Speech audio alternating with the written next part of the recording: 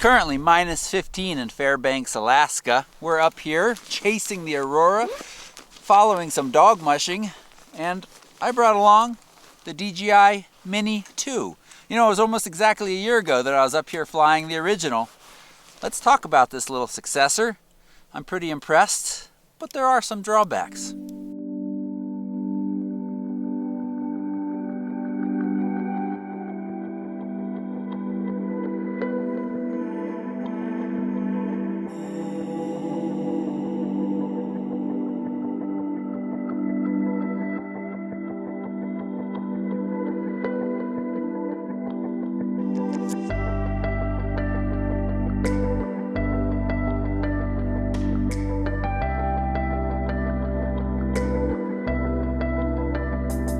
This video is brought to you by Squarespace. Squarespace is a fantastic place to build a website, start an online gallery, sell your work.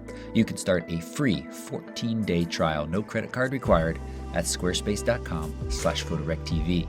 And when you go to buy, you'll save 10% using that link. It's been a fantastic workshop. We've been traveling north of Fairbanks, Alaska with McKay Photography Academy and Aurora Bear Photography. And as I said in the opening, I've brought the Mini 2 along with me. You can see that it's incredibly small. I just pulled it out of a jacket pocket, but what you can't see is how lightweight it feels in the hand. There are multiple times on this trip where I grabbed it out of my bag thinking it didn't have a battery in it, but it did. 250 grams, actually technically 249 grams is what this weighs. It's the same as the original Mini, but what's impressive is the number of improvements that they've put in this drone and kept it at that weight. Why is that weight significant? Well, it means that you don't have to register it with the FAA. Now, I do want you to make sure you're still following all applicable drone laws, no matter how lightweight your drone is. But as I said, there's some significant improvements in this drone, despite this lightweight size and travel friendliness, and I want to talk about those now.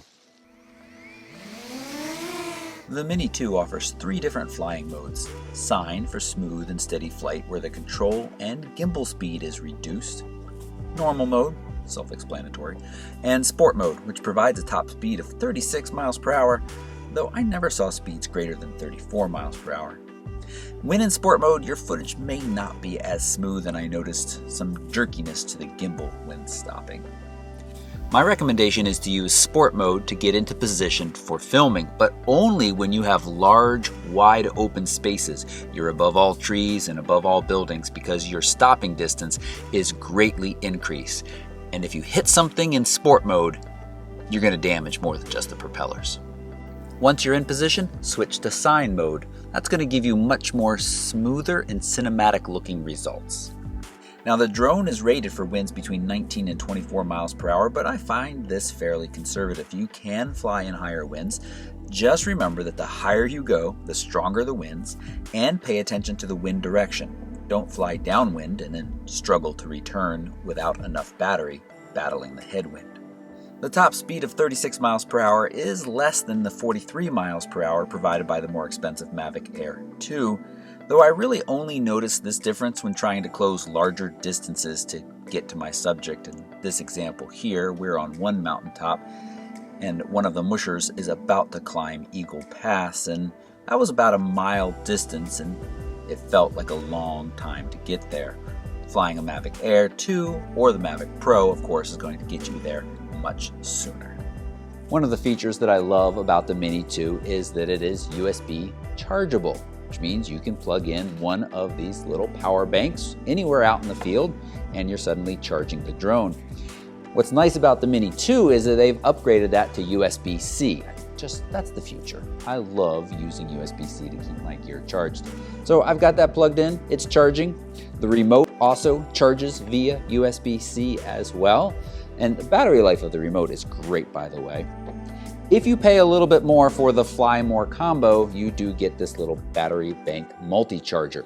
It only charges one at a time, but you stick all 3 in here and it will charge each one up in succession. It's also USB-C, and it can also be used as a battery pack itself with a USB out. Nice features, but you do have to pay and buy the Fly More combo to get those. One of the things that I've been most impressed about with this little Mini 2 is the increased flight time. It's rated at about 31 minutes, and I've been getting close to that even in this incredibly cold weather. Now, you do need to start with warm batteries. That's the key. But the other day, I flew it for a solid 20 minutes in minus 25°F, and it did remarkably well. So, no worries at all in this workshop about being able to get the shot before you need to get the drone back to you because the battery's going to die. But now we're going to head off and talk about one of the drawbacks to buying the smaller, lighter, cheaper drone that might be pretty significant for some of you. Two big features missing from the Mini 2 that are available in the Mavic Air 2 and the Pro 2, and this is object tracking. This is where you ask the drone to automatically follow something, maybe somebody on a snowmobile. If you're a solo filmmaker, you're the star of the show, right? Object tracking is awesome because it allows you to set up the drone to follow whatever cool activity you're doing, hands-free. However, the results aren't always as cinematic as I would like, so anytime that I can pilot the drone and manually track my subject, I am happiest. So with some practice, as long as you're not the star of the show, you might not really miss the tracking. You also don't have any obstacle avoidance. This is certainly a bummer in a beginner drone. It's totally on you to avoid running into something, and truthfully, it is just a matter of time before you do. Though obstacle avoidance doesn't guarantee a crash-free life, I have still managed to crash a couple times. It certainly helps avoid some crashes.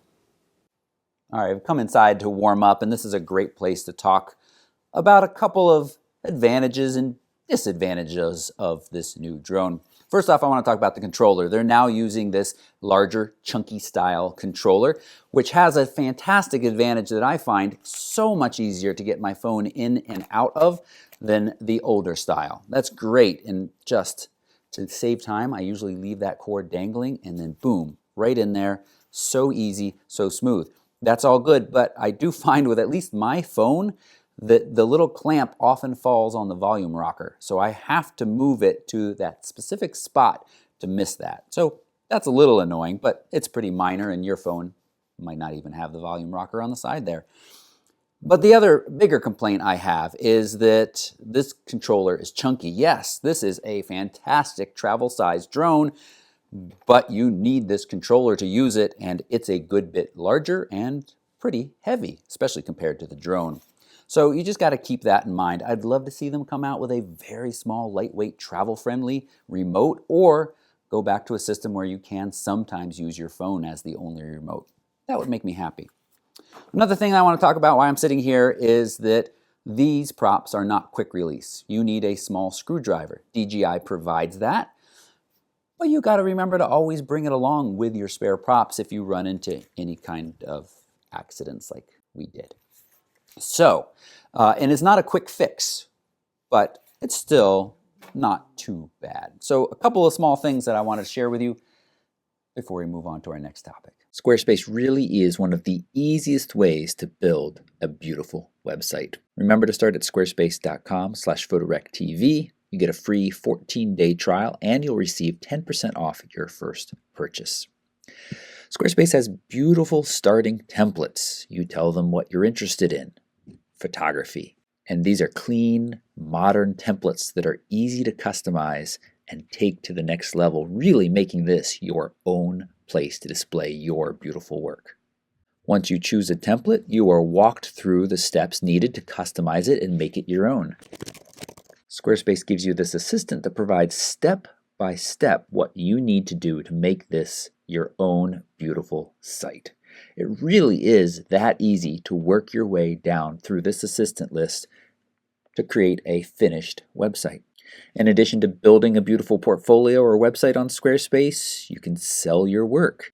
You can dive into the marketing system, setting up email campaigns. And with their drag and drop form builder, it's so easy to collect email addresses for future email campaigns. You can also schedule clients and check out who's visiting your site and what pages they're looking at. Squarespace really is the best all-in-one platform. You can try them out for free for 14 days. Squarespace.com/photorectv. Let's talk about a huge upgrade. The Mini 1 control system, remote to drone communication, was via Wi-Fi. When I tested that up here in Alaska last year, I was able to easily fly a mile away and still have decently clear feed and control of the drone. When I fly it in my backyard, dense little neighborhood in Seattle, my range is much more limited, just a couple of 100 feet before I start to see issues. The Mini 2 now uses the Ocusync 2.0 connection. This is a proprietary connection that maintains a crystal clear feed even in dense urban areas, or out here, I tested and flown this drone over 10,000 feet away, and it remains crystal clear with full control. And the Ocusync upgrade isn't just about distance. When you're trying to fly, say, out of a house or out of a moving vehicle, structures block that Wi-Fi signal, further limiting your range. With Ocusync, you have a significant boost in signal. Let's talk about the photo and video quality. We'll start with video. We now have a 4K camera in the Mini 2. That's up from the 2.7K in the original Mini. And here's what I have to say about it. It's fine. If you're watching this video and you're mildly interested in this drone, I think this footage that it produces is going to be just fine for you. I'm very happy with what I captured on this workshop. The one tip I have for you and the one complaint, put the camera into manual white balance. Find a white balance that works for you and set it. Because what happens when you leave it on auto white balance is over the course of a short clip, the camera can adjust and drastically change the color temp of the footage you're capturing, which looks poor. Photo side of things, we now have RAW, and we do have manual control on both photo and video, though that is of course limited to just shutter speed and ISO because you have a fixed aperture. Okay, so we discussed in this video showing people what happens when you crash your drone, especially when you crash your drone far off and you're not sure where it went. And well, I'm both happy and sad to tell you that I get to give you a real life demonstration right now. So we had a little mishap out here in these beautiful woods. And the first thing that you want to do is open up the map if you don't already have that open. And you have a little Find My Drone button, which loads you, the controller's GPS location, and the last known location of the drone. We've already come kind of to the area so I'm just going to kind of keep moving closer and closer to the little blue dot and keep my eyes out for anything. You also have that last few seconds of video clip that might give you a suggestion. We're mostly surrounded by these beautiful black spruce trees, but the last thing I saw was some thin branches from this birch. And I've got the blue dot showing me right over here. And I seem to find a little spot that the drone has fallen into the soft snow. And it's going to be okay. I feel pretty confident in that. Yes, I need some new props, but I've now been loosely associated, let's say, with about 4 mini crashes. And in every single one of those, it was completely fine, other than having to replace some props. So we'll go home, we'll blow the snow off, and we'll fly again soon.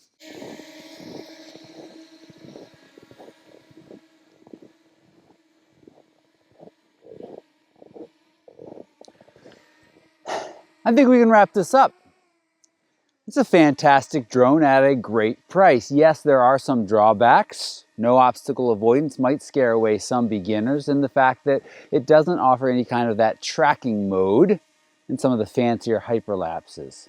But at this price and this incredible travel size, it's a great starter drone. Just fly it a little bit more carefully. Thank you so much to my friend Frank at Aurora Bear Photography for helping me record this video. If you want to come up to Alaska, photograph the Aurora, I'll put a link to these guys right down below this video. And thanks to Squarespace for sponsoring it. If you've got any questions or comments, you can leave those down below too. Thanks for watching. Bye-bye.